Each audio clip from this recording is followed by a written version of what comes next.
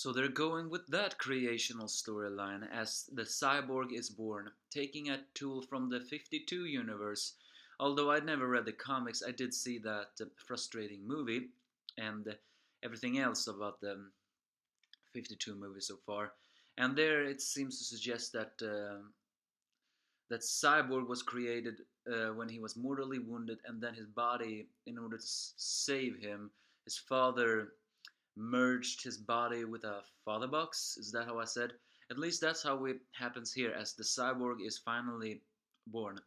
Hi, for those who are watching, this is the Angry Anime Fan, and yes, this is the Young Justice Outsiders, episode 11, another Human Freak of season 3.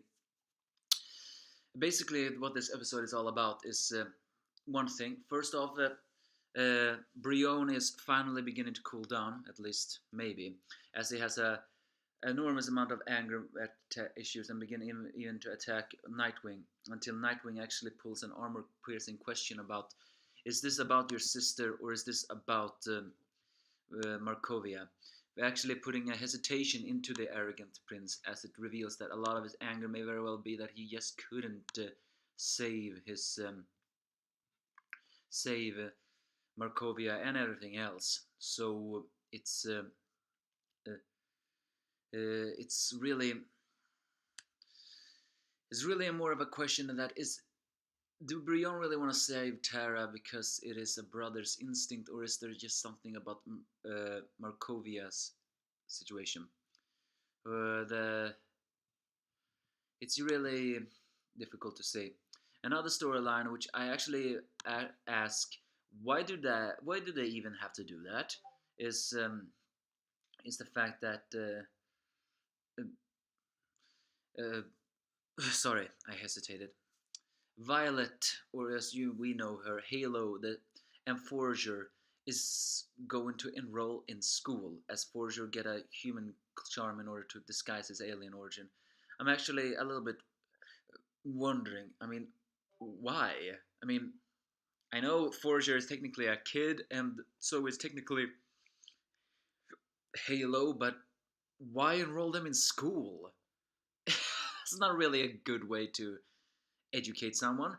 Granted, if they need education, then they need education, but of course they don't really have a good first time in school. Although Forger do befriend somewhat a girl with a punk-like hairdo. I don't really know who she is. I think she is some kind of immigrant the in the story, so to speak.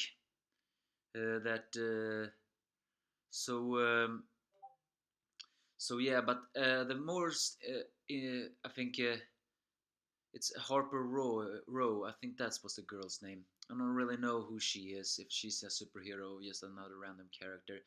But she does get some ship tease there with Forger, although technically Forger is a bug, but and an alien, although technically an alien and a human, that's nothing strange. That's actually awesome.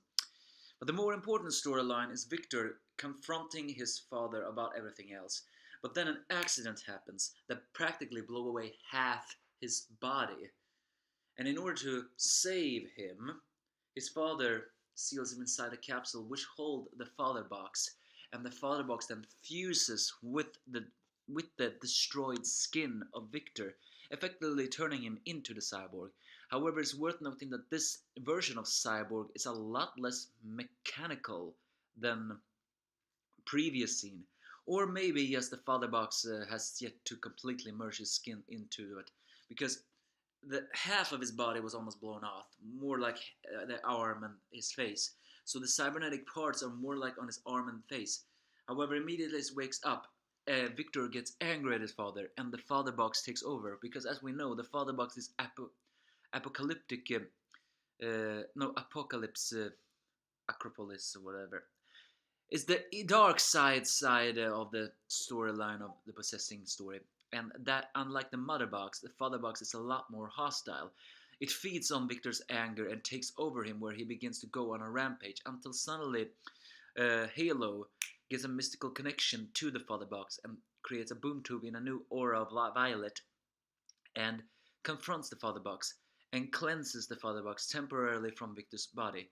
However, Victor do not like what his father has done, and who can blame him? He was about to become a college student as well as quarterback genius, but now he's Cyborg. There's no way he can go back to school thinking looking like that. Although technically, I see no reason why he shouldn't. I mean, granted, they may judge him saying that now he can no longer play football because, well, he looks like that, but also because of the father box influence, it may endanger people.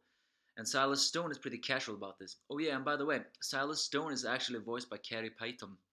You know, the guy who voices Aqualad in this situation, as well as Black Lightning, because it's I think that's a casting gag, as you all know that one of Carrie Payton's most famous roles is from the Teen Titans series, and that was Cyborg. So I guess this is a indoor joke, so to speak. Still doesn't really explain why they decided to take Greg Shipes back as the Beast Boy since the other guy had to be retired because he couldn't act anymore. They could just have picked another actor, like Vincent Mantello or whatever. However, that is not important. What is important is the fact that Cyborg or Victor decides to go along with the uh, Halo, not only because Halo's ability seems to cleanse the father box influence from Victor, but also because he no longer wants to see his father. Yes, this is a very tragic situation. A little bit more on the emotional baggage of an episode. Still, though, I still think I only take this as 6.5. It's don't get me wrong, it's definitely a good episode, but it's also a pretty. It's a very dark one of that. Once again, Cyborg's situation is very sad, and the fact that he's joining the Outsiders, or it's not confirmed if he does, really begs the question. So, what are your thoughts on it all? Do you think that Victor's body is only partially cyborgnetic, or is it gonna morph anymore? Give me your thoughts if you have any.